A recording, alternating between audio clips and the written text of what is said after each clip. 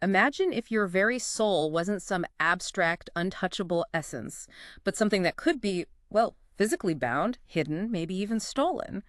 Today, we're taking an in-depth look into an ancient idea that just might reshape how you think about what it means to be alive.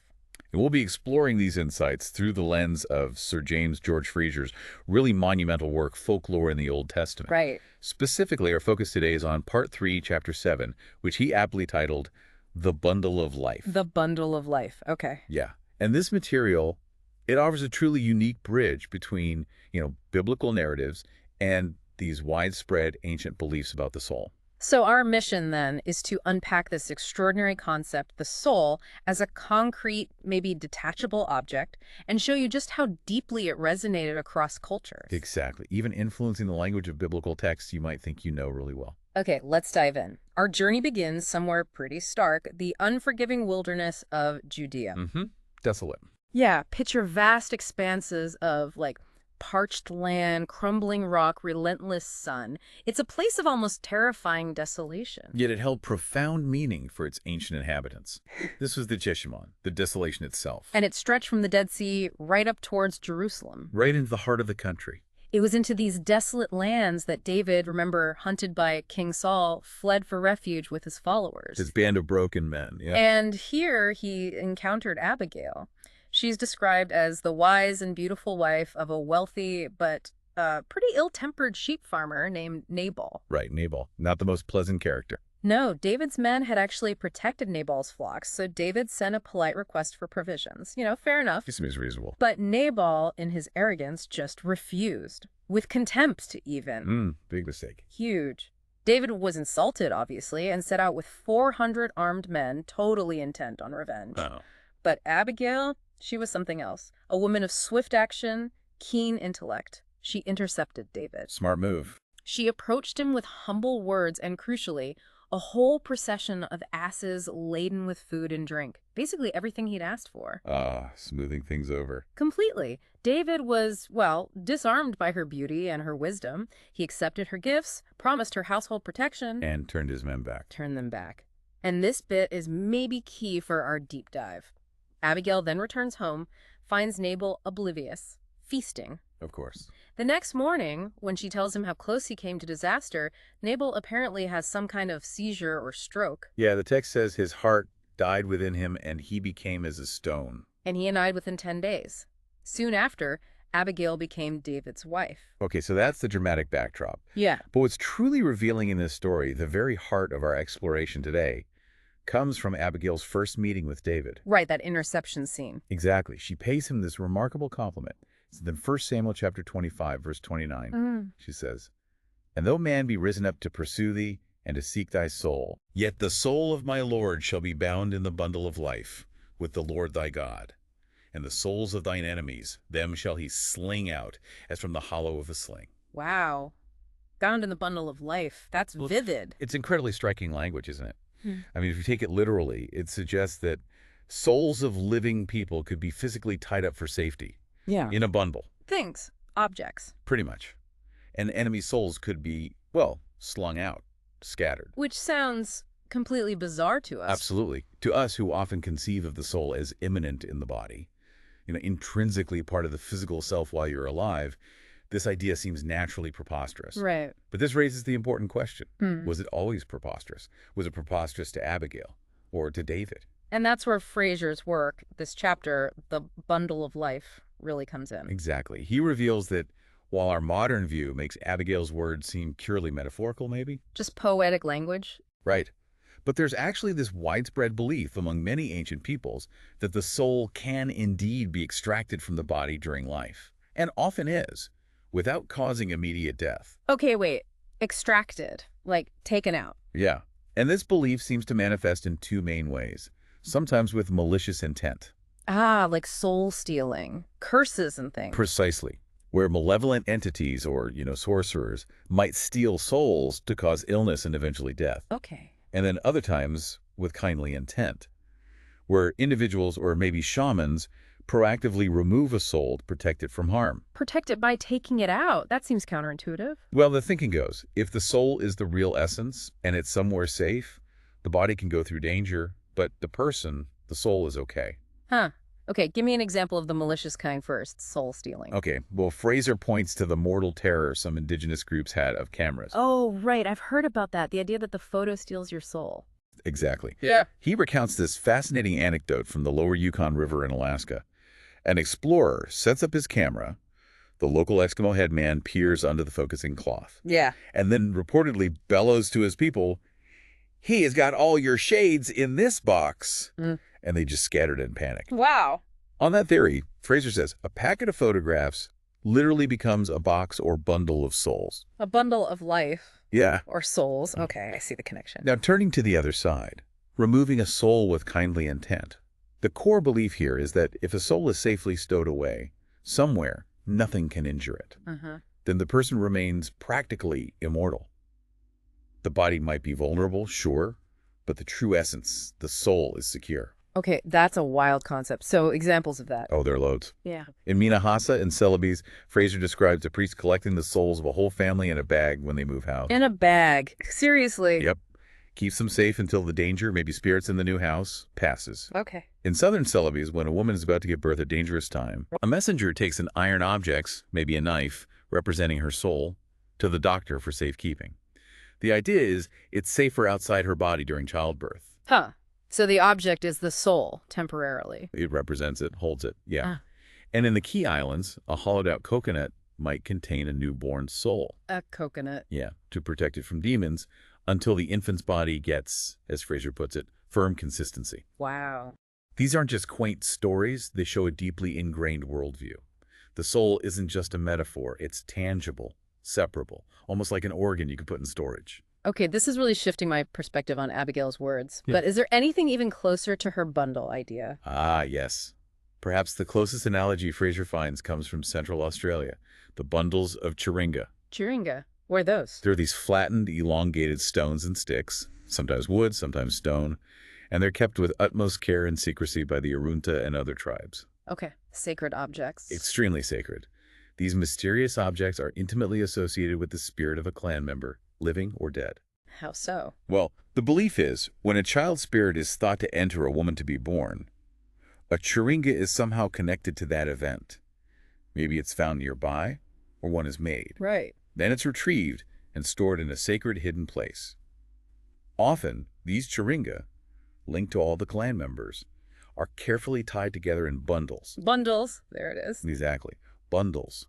And they constitute the most sacred possession of the tribe. And Frazer emphasizes how sacred these storage places were, right? Immensely. Entrance is blocked. Nobody touches the plants or animals nearby. They even offered sanctuary to people fleeing enemies. Like a safe zone. Precisely. And losing these churinga, it was considered the most serious disaster imaginable. It led to prolonged mourning, people covering themselves in white clay like they would for the dead. So the bundle's integrity meant the tribe's well-being. That seems to be the core idea. Spencer and Gillen, the ethnographers who studied the Arunta extensively, they observed that this reflects a belief in, well, what they called primitive man's ability to place his soul as a concrete object in a secure spot, separate from his body. For safety. For safety.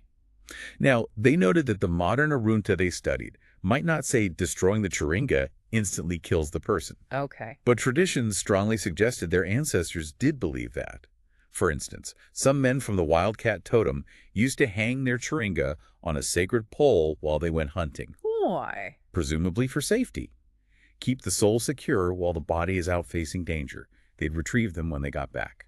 Okay, so wrapping this back to Abigail. Right. Frazer argues that these churinga bundles, which were clearly once believed to house the souls or a life force of the community, they provide really strong grounds to think that a similar practice, or at least a very similar belief system, would naturally explain Abigail's words to David. So her saying his soul is bound in the bundle of life wasn't just poetry.